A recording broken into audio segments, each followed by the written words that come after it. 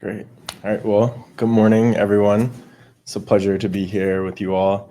I feel like I'm a little bit behind enemy lines here, doing to what UMD did to my UVA Cavaliers last night. It was it was painful to watch, but brighter day, and we're here for a really great event and a really great organization. And I'll start with some intros. So just to get going, I'm James Banks. I am the program manager of Founder Forward. We are a 501c3 organization that works with underrepresented founders, namely Black, Latinx, and Indigenous founders. And our whole goal, of course, is to advance their work, amplify their opportunities, and to support not only their initiatives, of course, but communities of color as well. So we began this partnership with CEJA, UMD, and Meta to continue to work, supporting overlooked and underfunded founders. But this partnership is special in that we are supporting founders with missions much larger than startup success. They are using their business models to address environmental racism and the constant environmental harm minority communities experience. Their solutions are innovative and are building bridges to resources that combat the climate crisis and lack of infrastructure in our communities for clean energy, waste management, education, and sustainable farming as well. So without further ado, I'd like to introduce you to our current cohort, one of us, of course, that are virtual, and our guest speaker as well. So I would introduce them myself, but I'm just going to kick it off to them and go down the line and let them tell you who they are and a little bit about what they do. So we'll start here with Dorothy. How's everybody doing today? How is everyone doing today? So my name is Dr. Dorothy Nair, and I'm coming to you from Louisiana, and I have a company called Delta Builds, and we trying to manufacture to eliminate plastic from sugarcane waste, straws, cups. So next year, hopefully, we can have some of our products up in here. Good morning. My name is Dr. Chris Hahn, and I'm the co-director for research and education at the North Carolina Environmental Justice Network. So we work with frontline communities to address their issues using grassroots organizing, research, and capacity building. Good morning, everybody. My name is Vaughn Barnes. I'm the founder of Kentuckiana Backyard Farms, which was a concept idea that I created from seeing sustainability happen in the island of Jamaica. And I decided that I wanted to bring that feel that I seen there back into my community in Louisville, Kentucky. And I think that this concept is something that could work throughout different communities, urban environments where we all grow and share with each other and use that as a form of commerce. Good morning. Hi, my name is Gary Harris, and I'm managing director for the Center for Sustainable Communities. But also, despite that whooping last night, I'm a proud UVA graduate as well. So go Hoos! Like, I am president and CEO of Sustainability Solutions Group, an institute that consists of two entities, HCS Enterprise, which is energy engineering, policy, research, and education. And again, the Center for Sustainable Communities, which is all about making communities greener, cleaner, healthier, safer, and more climate resilient. And we do that through an equity and environmental justice lens. And based on my background of being a scientist, engineer, activist, advocacy, educator type of person, and we have a broad spectrum look at sustainability, everything from transportation through food, through clean cities and transportation, education, etc. So, really glad to be here. And hi, I'm Reginald Parker, Dr. Reginald Parker, founder and CEO of Optimal Technology Corporation. We do three things. We develop the highest efficiency solar module on the planet, twice that of anything that you buy commercially. Second, we have an intelligent energy management and monitoring solution that goes with that solar panel. And the third is we build systems, one of which we just finished, the largest solar canopy in Bermuda. So not only do we make the technologies, we make the projects and put them in either disadvantaged communities or developing countries. Great. Awesome.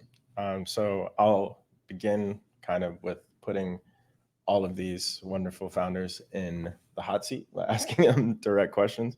So the first question that we have is, how would you describe your role in moving environmental justice forward and your connection to it in the South, specifically in the Southern Hemisphere?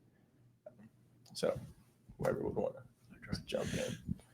Yeah, we move environmental justice forward in a number of ways. For instance, we created the National Environmental Justice Institute, and from a research and from an engineering and science lens, we brought over seven PhDs, faculty at Atlanta Metropolitan State College there and such. So we're doing the research, we're doing the technical assistance, we're doing the outreach, etc. That's one way in which we're doing it. We've also founded 12 different environmental justice organizations across the Southeast, and also we apply a lens of what we call just science, and that's where we apply, again, science, engineering, technology, research to environmental justice issues, and with outcomes accordingly and such. A broad smattering of things as well from a science perspective. We work with NASA and getting their data from satellites into communities and such. So environmental justice for us is a daily activity. In which we embrace all of its principles and such, and move it forward in a manner that serves justice for all. In Kentucky, one of the things that I've been a part of is a lot of grassroots movements. We just got a $250,000 grant to do a food vision about sustainability and how we in the metropolitan area could get food in the neighborhood and do what's right for the community. So we spend a lot of time knocking on doors, canvassing, actually being there with the people to figure out what the problems are, to create solutions. And again, for this food vision, for us to be able to do good, sustainable practices inside Louisville area. So my role as a scientist that's also in North Carolina, which was the founding of the environmental justice movement, I have this responsibility to continue that legacy of grassroots organizing also in my science. And so we do community science in ways that get people together to collect not just data, but again, a number is worthless if there aren't people backing it up. So any of the research that we do has to be done with and by communities that we work with, because they're the ones who have also the responsibility to take that on to city council, to their local municipalities, to the state, to the federal government, to make push for change.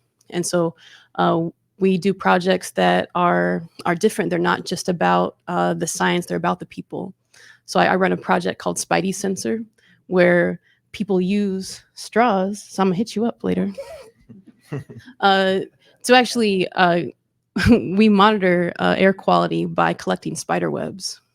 And we're able to measure, in particular, metal contamination. And that's why using a non-metallic apparatus, like I've been using paper straws, but like I said, I'm gonna hit you up.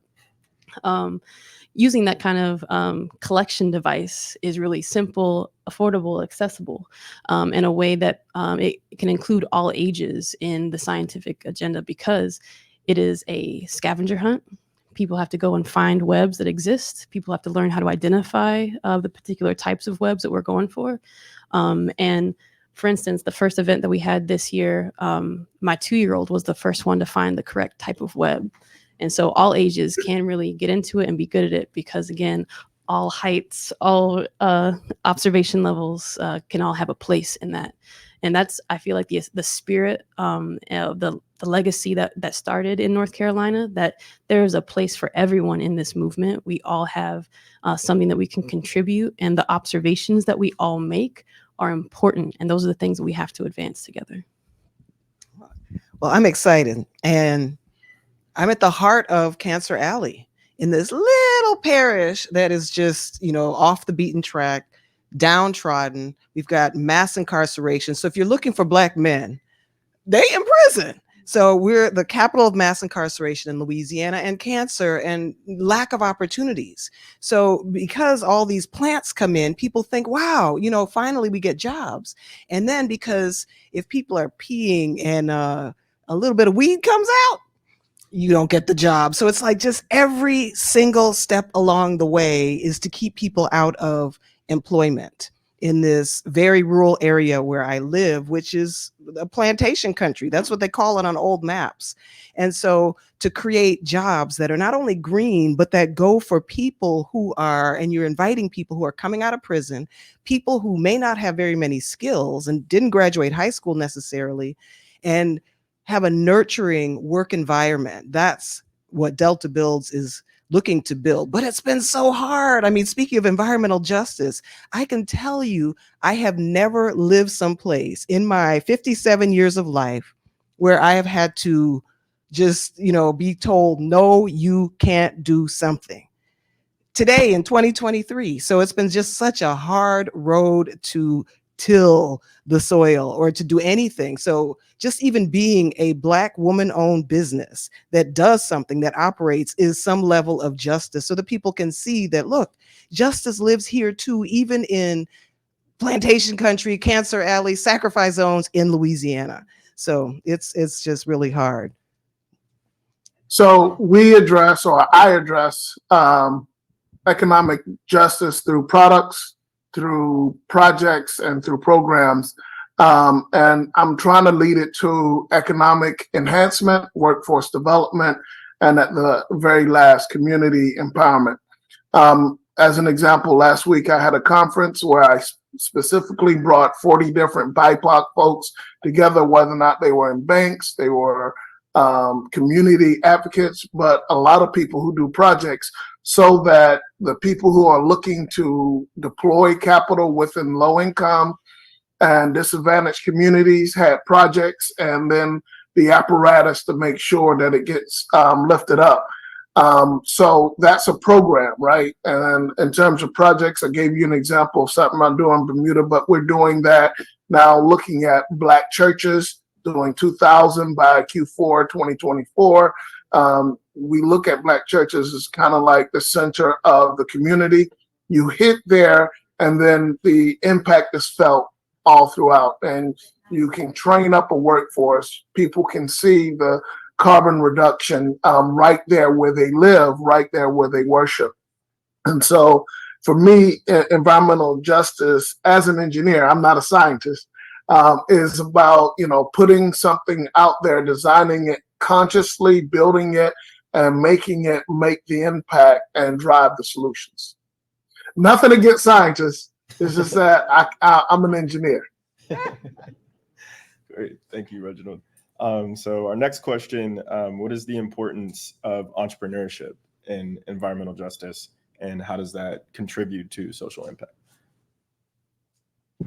Let's start on this end, this question. So people are hungry, and my business now is strictly to eliminate poverty. The levels of poverty in the community where I live are staggering. People might have a little bit of land, but then they have a trailer typically. So 1/3 of the people in Louisiana live in trailers.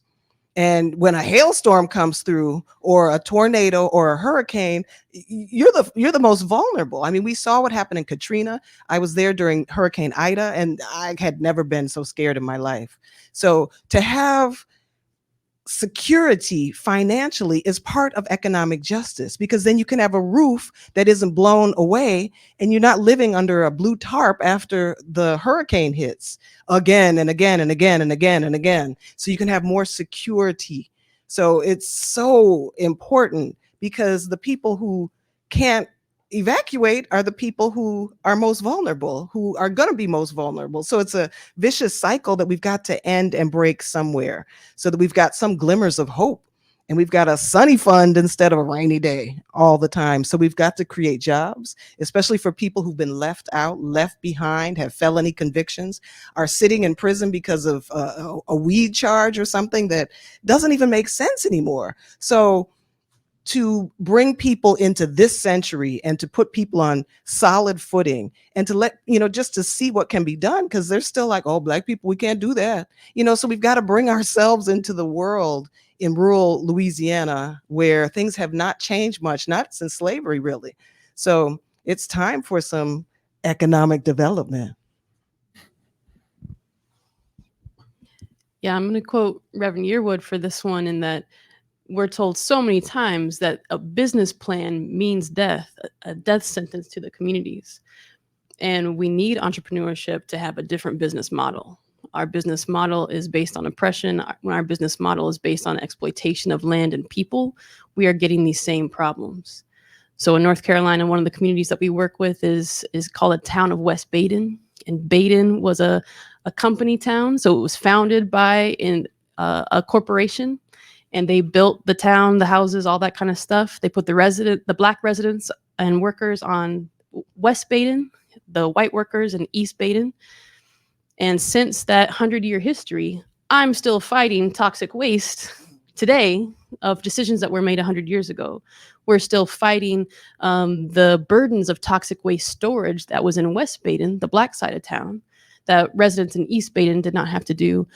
People are still dying from cancer of the exposure of toxic waste that they had as workers in that facility today. And they have buried so many people before that. And so to tell me that, at the time when folks in the 70s were taking these jobs, and before that, they were Black middle-class jobs. It meant stability. It meant that they could get health insurance. It meant that they could raise a family. They had to die for that. We need entrepreneurship. We need business. We do not need more death. Show me that you can make money without killing people. That's a business plan that I want. That's the entrepreneurship that we need right now. Well, now that I got to follow that, if you don't mind, James, could you repeat the question one more time? Not just for me, but for the crowd. Yeah, of course. Because I have my answer on what I want to talk about, but man, dang. So what is the importance of entrepreneurship in the environmental justice movement? Got you. So to think about Louisville and what Kentucky and the Backyard Farms, the concept, what was slightly different for me in the groups and organizations that I work with is, and I was mentioning this to you, Dorothy, on the bus, we want to use our business model and our business plan more or less as a way to create better commerce for people. So here's an example. I don't know about you all or in the cities that you guys are from, but where I live at, we have community orchards, and we like to encourage through programming people to use the ugly fruit that are in these orchards. You can use these ugly fruit and make jams, jellies, and things like that, and then go back into the marketplace with a product that you could sell, which gives everybody the opportunity to then become an entrepreneur. And a lot of what I say with programming that we're trying to do is encourage people to say, hey, look, you can take said thing or said space, even if it's your porch or your backyard, or if you have the luxury of having your acreage, and turn that into what is an idea for capital. So again, ugly fruit, people that I know that are growing in their houses, they're growing microgreens to be able to sell salads at the farmer's market, but finding a way to take that and make trade. And for those that don't want to trade, then encourage commerce and getting money. But that's just the way that we look at what we want to do in our economy. Great answer for you, but that's where I was going to go with mine.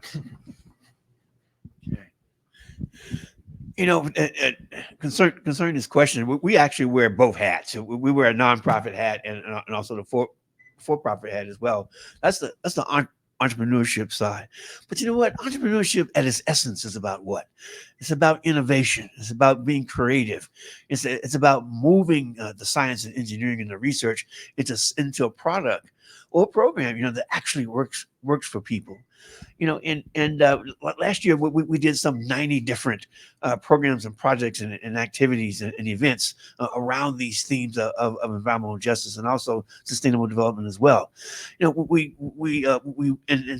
Sometimes these nonprofit wins that we have lead to entrepreneurship ventures. And you know what? At the essence of this, it's all about job creation. It's all about economic development. It's all about being part of the supply chain. Example, offshore wind in Virginia and also in Maryland. In Virginia, we're putting in 172 wind turbines, 172 wind turbines. That's clean energy, but at the same time, that's jobs. If you look at that, if you look at the supply chain that's generating $190 billion and such. So economic development is economic justice as well, and we need to find ways to get people into those into those opportunities, both from a job creation perspective as well as from a supply chain perspective.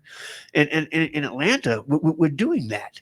In that we created something called breaking barriers. In Atlanta, the wealth disparity is tremendous. On the west side, and we're looking at extreme poverty conditions and such. On the north side and other areas, immense wealth. It is the largest wealth gap in the country. So in Atlanta, we created something called breaking barriers, where we reached over into the west side and actually created a workforce development program built around deconstruction. And that's where we actually take apart a building, and then repurpose and reuse the materials in that building as well and such. And then we took that cohort that we built around breaking barriers and put it on steroids and created something called Rebuild Atlanta, where we went from initial 8 members in our cohort to 20. Now we're up to 40 coalition members, generating all kinds of jobs and such around this clean energy economy. Again, in weatherization and home repairs and energy efficiency and renewable energy and rooftop solar and community scale solar as well. And we're not only creating jobs, but also starting up enterprises as well, because that's economic development, and that's what's going to move that needle, close that gap that we see in Atlanta and elsewhere. There's very little more to add to all that's been said. Basically, the innovation of entrepreneurship is either a new business model or it's a new product. But the difference is that when you put yourself in there, you now have a different lens in which you are able to solve something. I remember sitting on a call, and the guy said, well, your innovation on your solar module doesn't seem too difficult. Why did why didn't somebody else come up with it? And, it's an offensive question, just to say that straight out. So I answered in the way that my mom would have answered, and I said, they ain't me. and what that means is that if it was so simple, I said to him, I said, you have a PhD in physics. If it was so simple, why didn't you come up with it? Because if you look at your dissertation, you had the skills, but you didn't have the lived experience necessary to be able to solve this. See, when I took my high school picture, it was black. All you could see is my face and my eyes. That was not going to be my high school legacy. And so I had somebody else take the picture who understood how to take pictures of black skin. He was my uncle. And what he did was split the light. He took infrared, the heat, sent it somewhere else, and he shifted the tones to bring out my natural color so that you can see my face much better.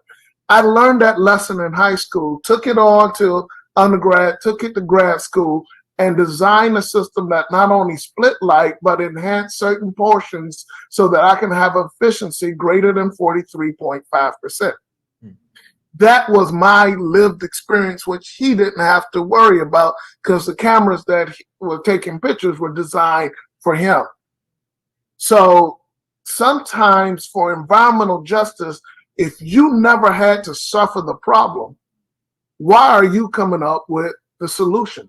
It just won't happen. And so entrepreneurship is a way in which we can either come up with a new business model or a new product to solve the problem that we're having. I'm going to leave it there. You left it. Yeah. So fifth and final question, but I may have some teasers for you guys as well. What does the future of this work look like to you, and where do you want to take your efforts? This future for us looks bright. We're so excited about the new Justice 40 incentives and executive orders and all the federal agencies gearing up to provide not only funding and resources, but direct technical assistance as well. We've been privileged to win thus far 2 HeroX American-made prizes, one having to do with the Community Power Accelerator, Community Scale Solar, another having to do with Community Clean Energy Coalition, the prize as well. But both of those will bring monies and resources, but they also bring coalition building as well. You know, we're bringing in the residents, and we're bringing in the other agencies and nonprofits get coming together to advance the mission. You know, I am so excited also about the ability to use technology to advance the movement. We've created, and we're creating all sorts of applications to help mitigate these environmental justice problems. I talked about workforce development. We've developed an app that will link all these emerging technologies and their potential workforce opportunities with low-income communities.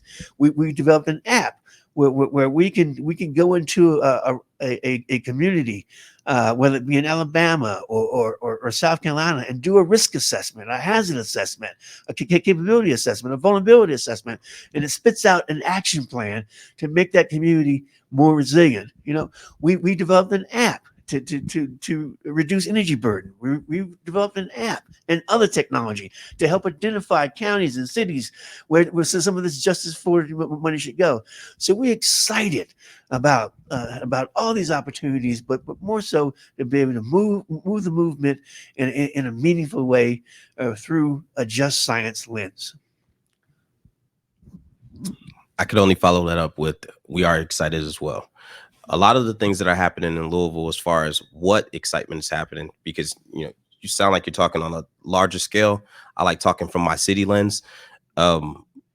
We, since getting that grant and running a conference, we literally just had a conference just like this symposium last week that a few of the organizations that work together in what we call FIN, Food in Neighborhoods, we were able to first run the conference, then do so many surveys, put together so much data, and now we're starting to address the data with the solutions that the community came up with. So things from redistributing food to community garden organizing, healthcare clinics that happen at certain areas in the city where people are where people have needs the most. There's just so much stuff that we're growing with in Louisville that I'm proud of, that I've been a part of, that I've watched go from like absolute, gosh, the word that I was coming up with was shit, but it went from like nothing to just so much positive energy and so many good people coming around that as far as moving forward, I'm super excited. So our organization, the North Carolina Environmental Justice Network, has been around for 25 years. And in that time, we have been defining the movement, defining how we fight. And a lot of our time has been spent fighting corporations and industries that have had a very strong hold in our state and across the country, and in some cases the world. They're global institutions. For the future, I'm looking forward to being able to use our power to shape and not just fight what we don't want, but to shape what we do want.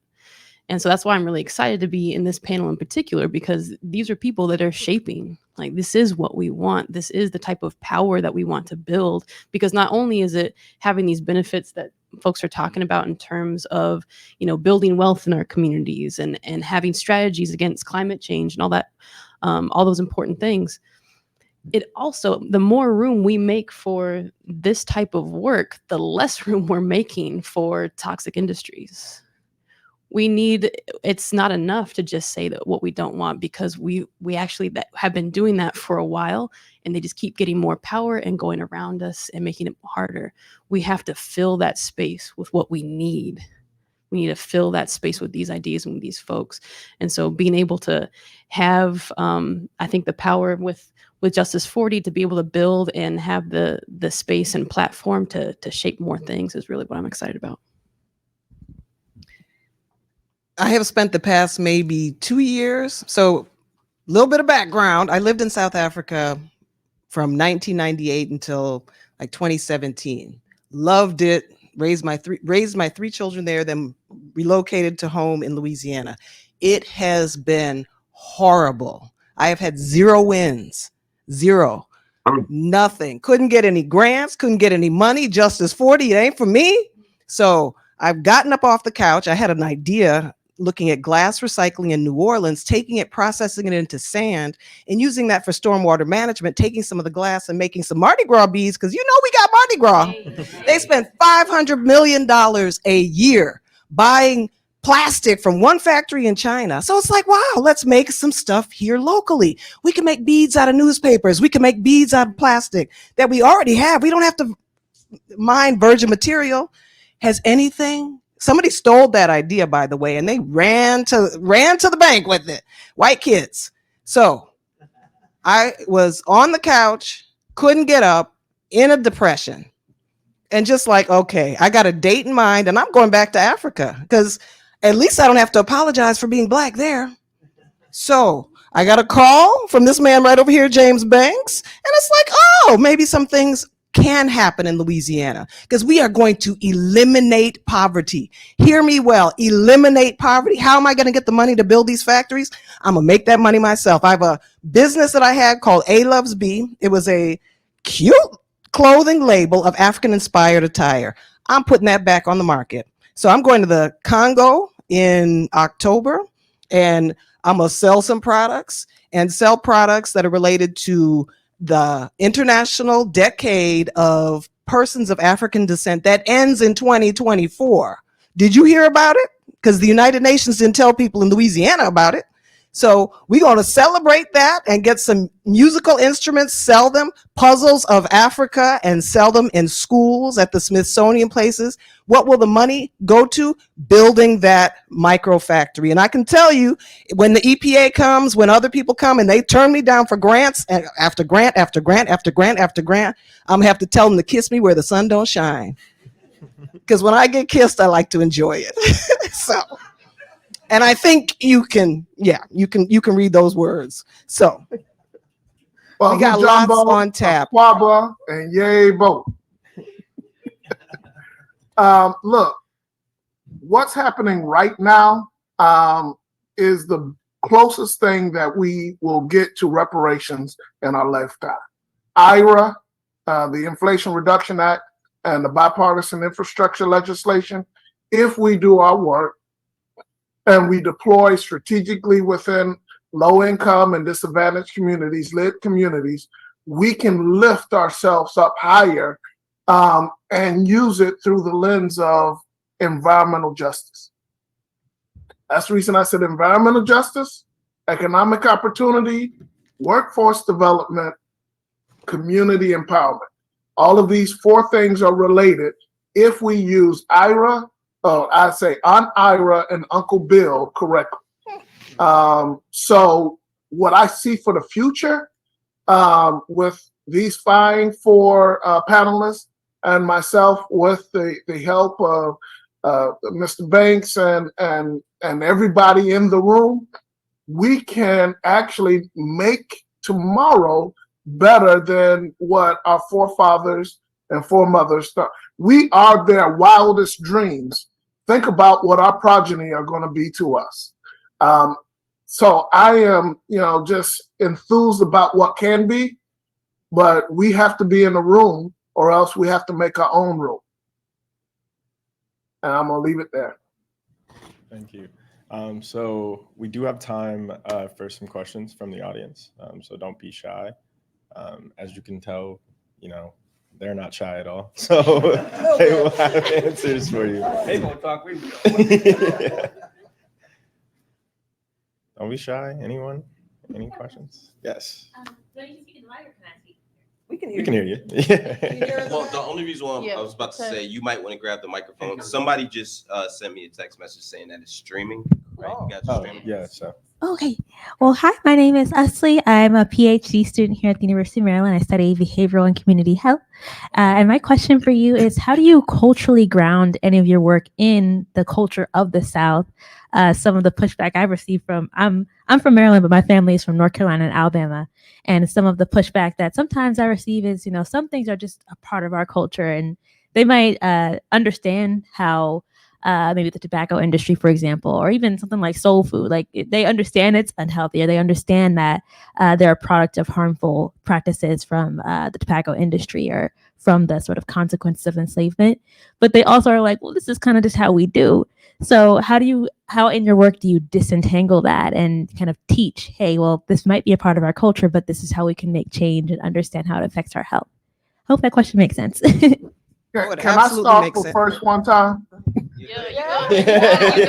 All right. It's already in our culture. Grandma, granddaddy said, close that door. Don't let all that energy out the house. So, we always have been a culture of energy conservation. Don't let folks fool you that it came from somewhere else. It came first from us. If you look at the history of what Africans, Caribbeans, and African Americans have done, it's always been here. This is not something we don't know. When you look, just as a separate thing, the inoculations and vaccines, that came from Africa. When you look at history of technology, a lot of it has come from our roots. So it's not something that we don't do. Just start from that little seed. Did you tell me to turn off the light? Did you tell me to close the refrigerator door? Did you tell me to close the front door? If so, you had energy on your mind and you always had it. I'm done. Yeah, for sure. Definitely with food. Since I just skipped the line, I would think that a lot of the stuff as far as like in the South practices that we seen not be healthy for us moving forward were the things that we're stopping. And then the stuff that we know that's working, that were practices, we continue to double down on that. So I don't have a good example like close the door and close the fridge because, man, he just stole everything from you. A matter of fact, now you said with food, you know what, you're right. A lot of what we do in the ag space that I've always encouraged, just even with my friends with and I raise chickens. So table scraps. I used to always wonder, like, why are the farm fresh eggs so much better than the store-bought eggs? And then the funny thing about the farm fresh eggs, based on my history of knowing how we kept chickens, is they got the table scraps. They got the cuttings. They got everything that was left over that didn't go in the pot or that we didn't completely consume. The chickens got that. And it turned around to be the pass-through for all the nourishment. So as far as like different practices, I think that's one of the practices that I say that we would keep in, as you mentioned, with the tobacco industry and things like that aren't so good. 9 times out of 10, we just get rid of that stuff.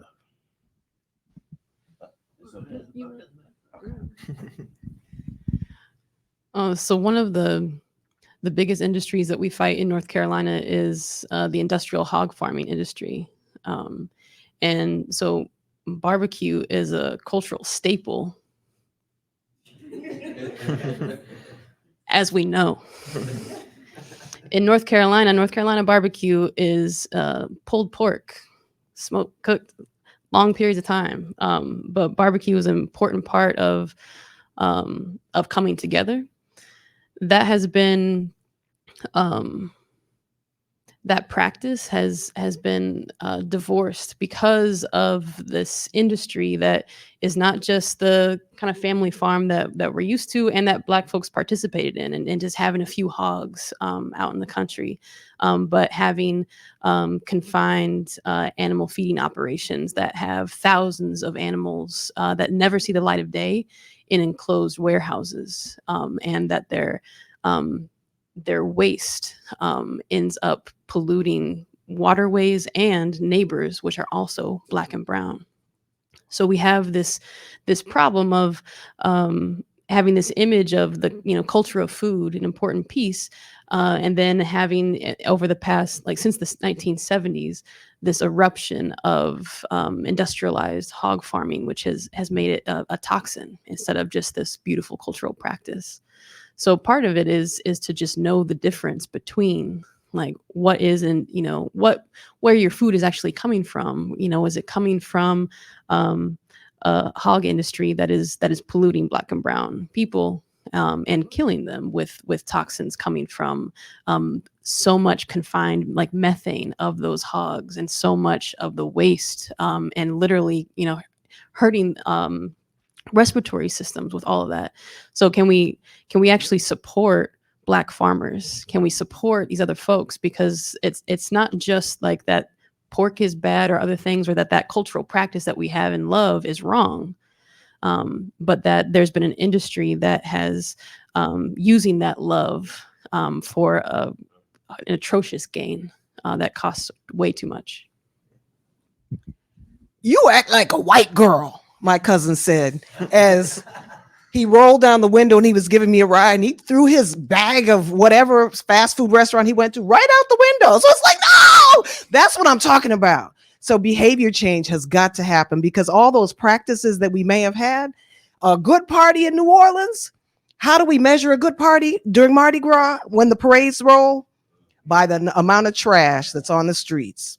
How do we get rid of that? Well, it's going to be a while, but what we can do is create some jobs. So if people are like, well, that's really not what we do right around here, but you know what they do want to do? Have some jobs. So if people are working part-time, or if you're a musician and you work gig by gig, if there's a full-time job and community ownership of these kind of factories, people listen, because they want to talk about how they can elevate their households or have work for people coming out of prison. And so how do we get to people?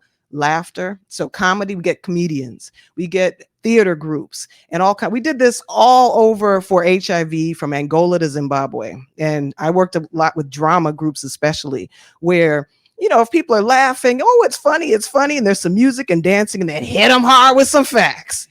So meeting people where they are, but also looking at behavior change, small group discussions, so that there's a way to deal with all the issues that we have from violence. Because it's true, people are angry, people are pissed off inside because we've been given a raw deal and our systems are just rank. So how do we change that? We've got to unravel it and then deal around the way and come back and come back and come back and keep doing it. So power on and get you a degree, girl. I think we're kicking in Gary. Sorry. Last one. I am so excited about this movement. Every single day we get a new opportunity to do something different, to help advance the movement, to help change the paradigm and get rid of the status quo. So we were given the opportunity in the space of this question here and such. How do you change the culture? Well, one way that we're changing the culture that we thought of was through mass media. So we started a radio show in Atlanta, Georgia, on the WAOK called "Why Our Community Must Care About Climate," and we deliberately take on some of those all those cultural norms of driving to the convenience store 2 miles away, of not growing our own food, of not living in inefficient homes and such, and not and grandma staying up all night and watching the movies, et cetera, et cetera. We talk about that stuff on the radio.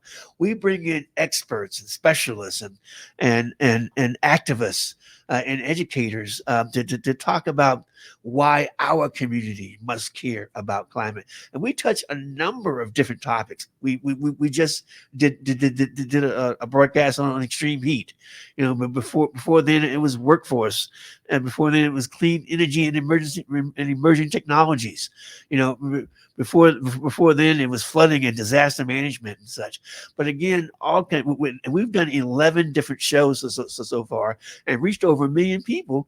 It's with the specific aim of breaking through those paradigms, of recognizing the culture, but at the same time raising the education bar and the awareness bar and pushing people to action, changing the way in which they manage their households, changing what they eat from a food perspective, changing the way that they use transportation, et cetera, through this series of shows, why our community must care about climate.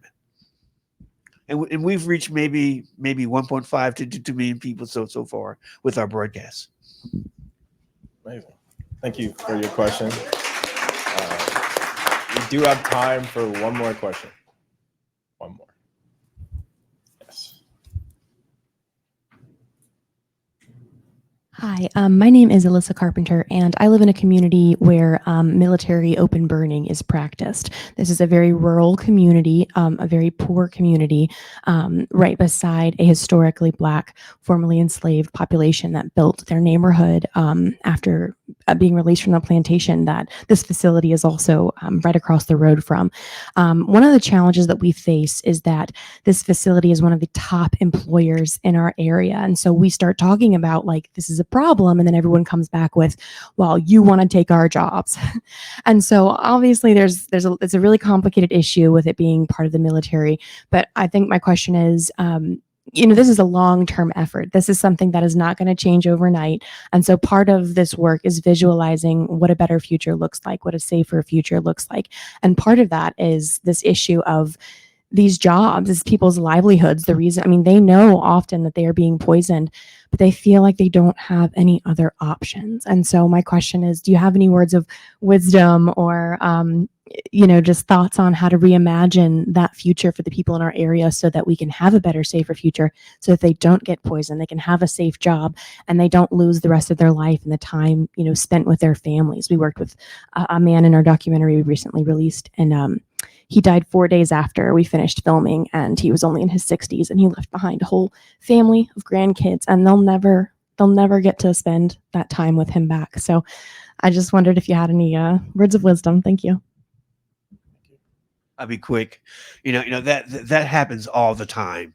In terms of there's an economic development nugget, and there's screaming job creation. They're screaming wealth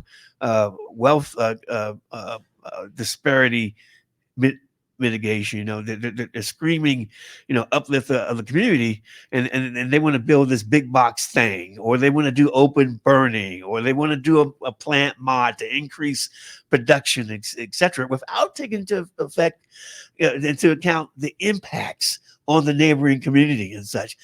Case in point, that down in Hampton Roads, they did just that. They wanted to build this big box thing, a casino, right next door, 1,500 feet away from grandmama's house. 1,500 feet, okay, and everybody was for this. The city council and the workforce board and the Hampton Roads Planning Commission. Everybody. But then there were some cries of voice from the community, small cries and such, who organize and mobilize and such. And what do we do against this vast inventory of economic development and prowess and such? How dare we push back on jobs? Well, we did. Okay, and what did we do? We got with the NAACP and we created their guideline for projects and policies for community engagement. It's a 100-page guide. Go online and download it. It's for when they want to do stuff like this and how they should be engaging your community. What did we do? We got with a large company called Jacobs and Skanska, and a large construction roundtable and such, and AutoCase, and develop something called the Building EJ tool. And that's when they want to do what? Build this stuff right next to your community, how they should be interfacing with you. You know what decisions that they should be making, what conversations that should they be having. Lastly, what did we do?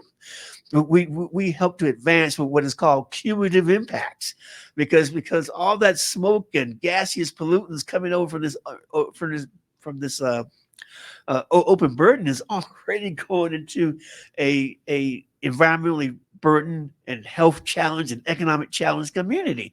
So in other words, what are the cumulative impacts, of this action, and assessing that, we can push back on the action maybe a bit, have them change their operations, have them change the design of the building, have them change the processes, put in place policies and such.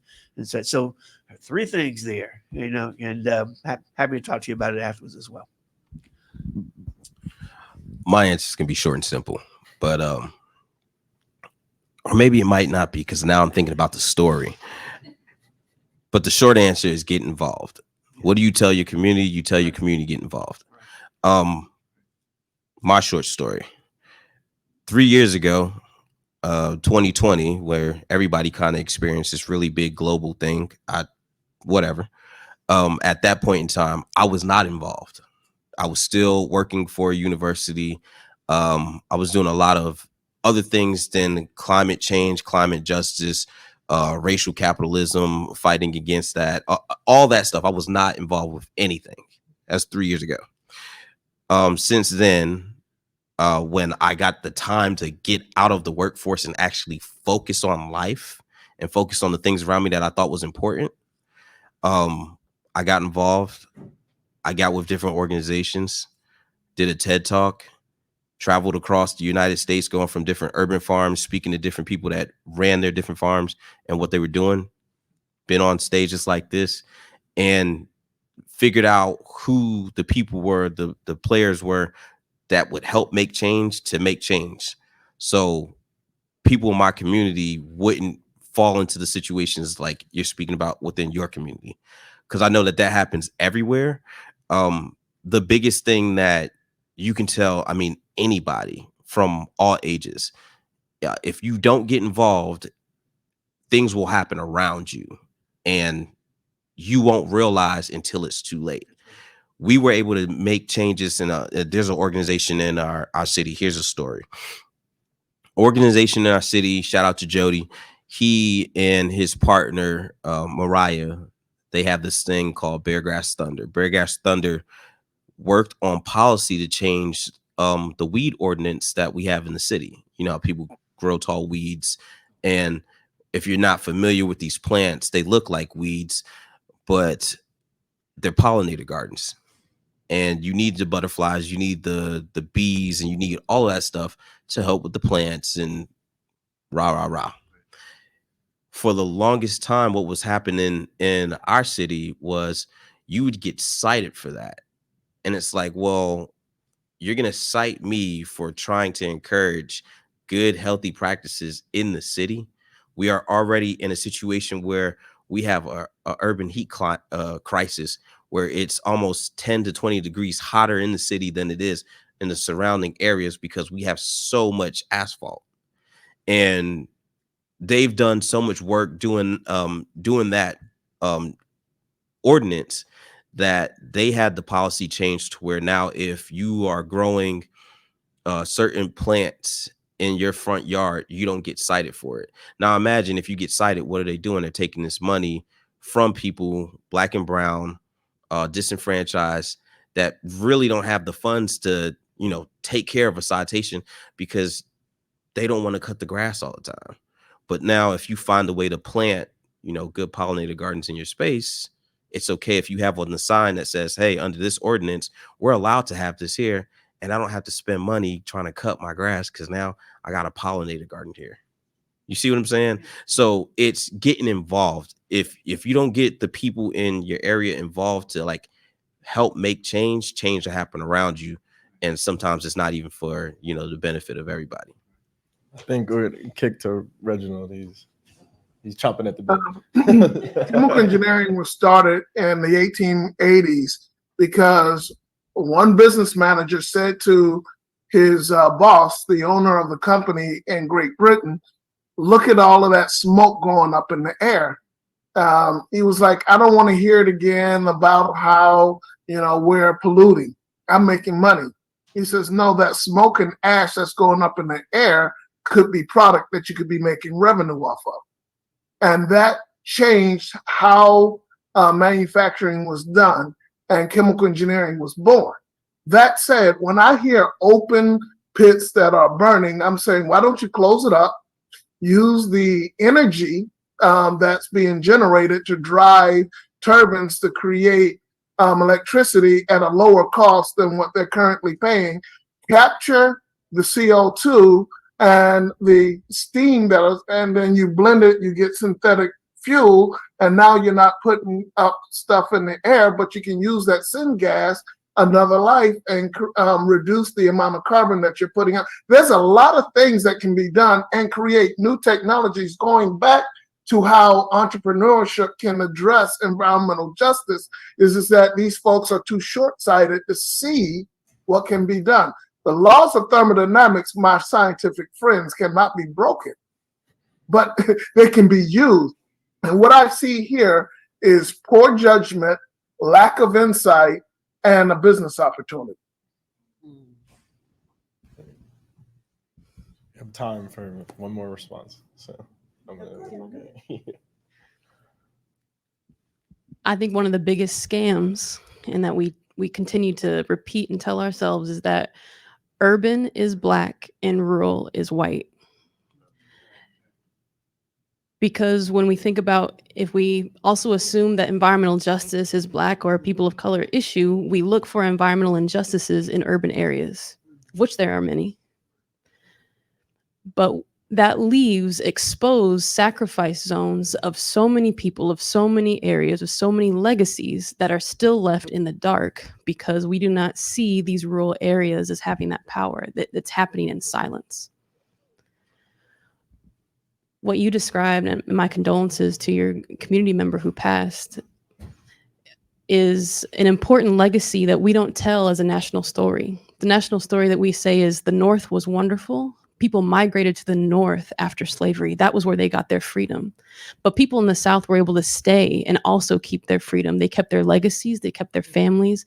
They found them. They brought them back. People that were sold, they searched for them and made communities together. There is a wonderful, proud legacy of Black rural communities because those are the ones that they were the first started. They continued. And that is a story and something that is worth fighting for, because these industries, military included, would love for them to just die and take their land. And that's happening in so many. That's happening in Mossville, Louisiana. That's happening in Freedom Hill, North Carolina. That's happening where you are too. And that's can happen because we don't think of these areas. We're not thinking of rural areas as important in the environmental justice movement overall, and important for climate change, important for anti-war pieces. We're not thinking about all those things together. So for the folks in your area specifically, people need to know their story in terms of that legacy. Their land is so important, not just for them, but for the nation to know that people were actually able to stay and have the lives that they needed. They didn't need to just, go north, go somewhere else. That land in particular is important, and they're going to lose it if they do not actually fight the industry that is killing them and see that industry as the that killing agent itself, and not just the thing that's bringing jobs and opportunity. Is bringing an opportunity for a death sentence or more. And so that is a huge challenge, because people don't want, it's the best that they can get, right? We have no other economic opportunity in this rural area. There's no other things coming here. And so to be able to think about how can we train people to come back. Young people are leaving and going out, finding something else, going to cities, going to other places.